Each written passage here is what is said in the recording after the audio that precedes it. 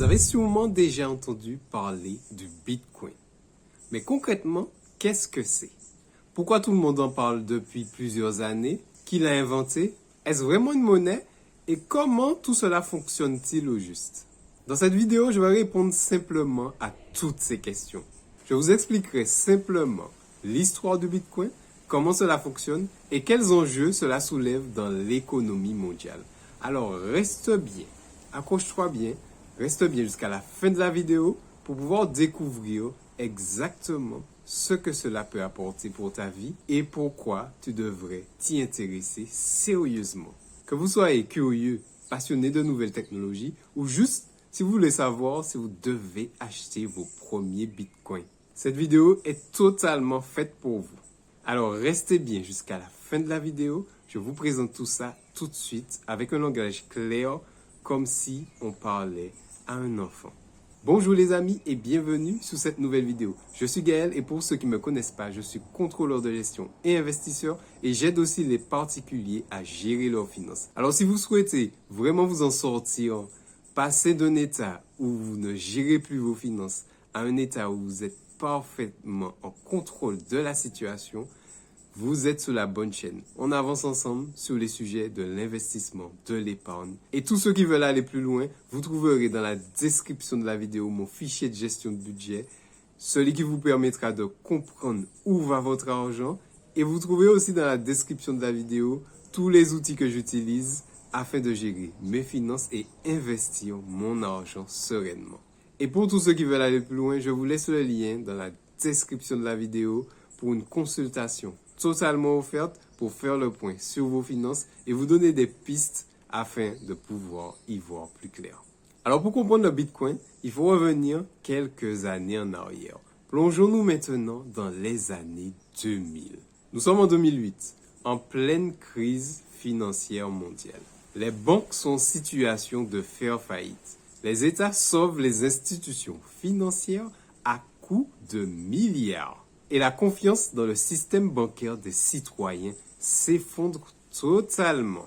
Et c'est dans ce contexte qu'apparaît un mystérieux personnage qu'on nomme Satoshi Nakamoto. D'ailleurs, on ne sait toujours pas aujourd'hui s'il s'agit d'un homme, s'il s'agit d'une femme ou s'il s'agit d'un groupe de personnes. Parce que oui, une telle opération, ça peut bien venir d'un groupe de personnes. Et en octobre 2008, Satoshi publie un document clé qu'on appelle le White Paper. Un texte de 9 pages qui décrit le fonctionnement d'une monnaie électronique, sans banque et sans intermédiaire. En octobre 2009, le premier bloc de Bitcoin est créé. On l'appelle le Genesis Block, celui qui est à l'origine de la création. Le tout premier. Et d'ailleurs, il contient un message caché. Une façon de souligner que Bitcoin est né comme une alternative au système financier traditionnel, qui dépend en effet des banques et des États. À ses débuts, Bitcoin est rapidement vu comme un projet geek. Vous savez, un peu au génie de l'informatique, etc. Tout ça. Franchement, moi-même, je l'ai vu sortir, j'ai tout de suite vu ça aussi de la même manière, puisque bien sûr, je regardais les médias traditionnels. Et les médias traditionnels ne sont pas là pour nous informer, ils sont juste là pour nous montrer leur vision. Une anecdote qui illustre bien cette époque. En mai 2010, un développeur informatique achète 2 pizzas pour, tenez-vous bien, 10 000 bitcoins. Et figurez-vous que Bitcoin en ce moment est à plus de 100 000 $. Je vous laisse faire le calcul de combien cela peut représenter. Car aujourd'hui, ces 10 000 bitcoins valent des centaines de millions d'euros. Et petite particularité, ce jour est désormais célébré comme le Bitcoin Pizza Day par les amateurs. Waouh, rien que ça. Au départ, Bitcoin ne valait rien. En 2011, un Bitcoin valait quelque chose comme $1.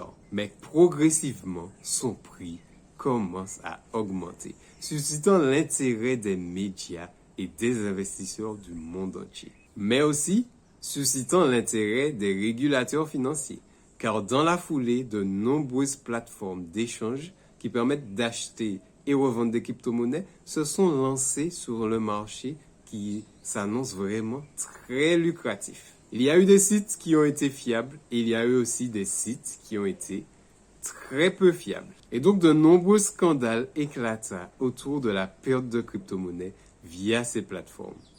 Mais malgré ces nombreux scandales, les chutes du prix du Bitcoin, les critiques des médias, Bitcoin résiste. Sa rareté et son fonctionnement décentralisé séduisent pas mal d'investisseurs. Et on verra tout cela dans la suite de la vidéo. Voilà donc les racines du Bitcoin.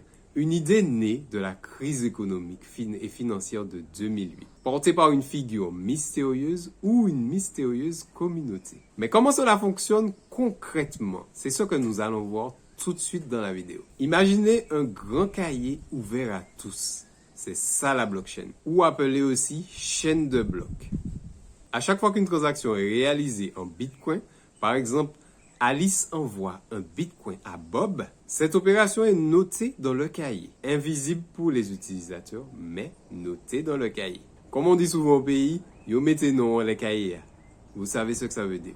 Mais attention, personne ne peut modifier ou effacer les pages déjà écrites. Je répète, personne ne peut modifier ou effacer les pages déjà écrites. Ce cahier garde tout en mémoire de façon indélébile. Donc autrement dit, pour faire disparaître les preuves, bon courage car cela est quasi impossible. Et bien sûr, quand on a mis ton nom sur le cahier, tout le monde peut vérifier que Alice a envoyé un Bitcoin à Bob. Donc c'est tout l'inverse de ce que les médias veulent nous véhiculer par rapport au Bitcoin. Mais alors on peut se poser la question, qui s'occupe de vérifier et aussi d'écrire ces transactions? Ce sont ce qu'on appelle les mineurs. Les mineurs, mais bien sûr, ils n'ont pas de casque ni de pioche. Je vous vois venir, arrêter avec cette idée-là.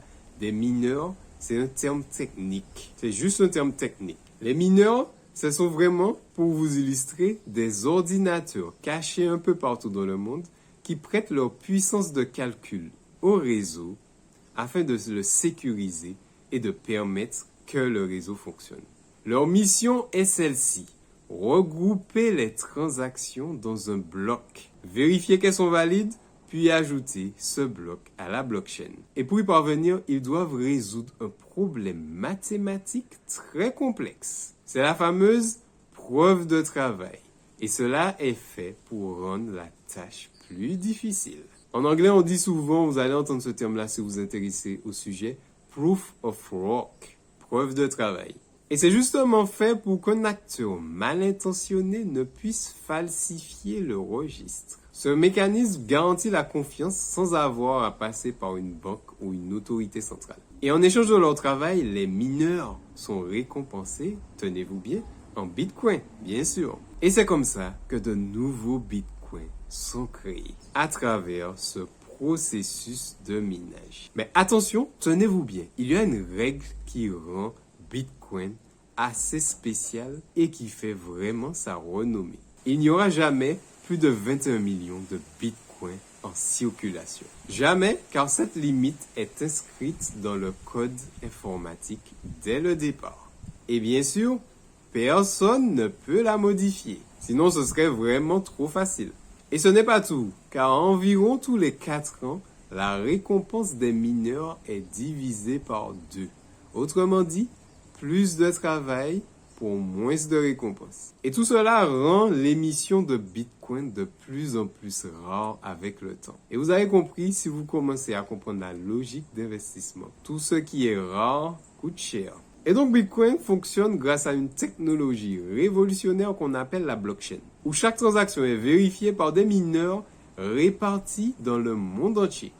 Autrement dit, si vous voulez attaquer un mineur, il vous restera, je sais pas, peut-être 10 000 autres dans le monde entier. Mais alors pourquoi tout cela passionne les économistes, les investisseurs et commence vraiment à passionner les gouvernements du monde entier? Tout simplement parce que Bitcoin est vu comme un refuge contre l'inflation. Et comme vous avez pu le constater ces dernières années, les prix ont explosé. Et le cours du Bitcoin lui aussi. Et dans de nombreux pays, la monnaie perd de sa valeur au fil du temps. Or, le Bitcoin, on sait qu'il n'y aura pas plus de 21 millions de Bitcoin. Si cette vidéo t'a appris quelque chose aujourd'hui, n'hésite pas à la partager autour de toi et à me mettre un petit j'aime, car je fais une vidéo que je sors tous les dimanches ou parfois le lundi. Et n'hésite pas à t'abonner et activer la cloche des notifications afin de ne rater aucune de mes vidéos. Un autre atout qui est souvent mis en avant par les passionnés de Bitcoin, c'est qu'il est totalement décentralisé. Il ne dépend pas de l'État pour pouvoir le contrôler. Et pour beaucoup de personnes, c'est une révolution.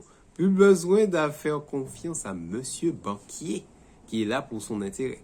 Bitcoin, lui, il est là. Il fonctionne de manière autonome. Et d'autres y voient vraiment le moyen de pouvoir s'affranchir des banques et de l'effet des banques centrales. Mais attention, ça ne veut pas dire que tout cela est parfait, car le Bitcoin a une volatilité impressionnante. Donc si vous ne comprenez pas dans quoi vous investissez et si vous n'avez pas une stratégie claire, mieux vaut peut-être ne pas vous aventurer dessus.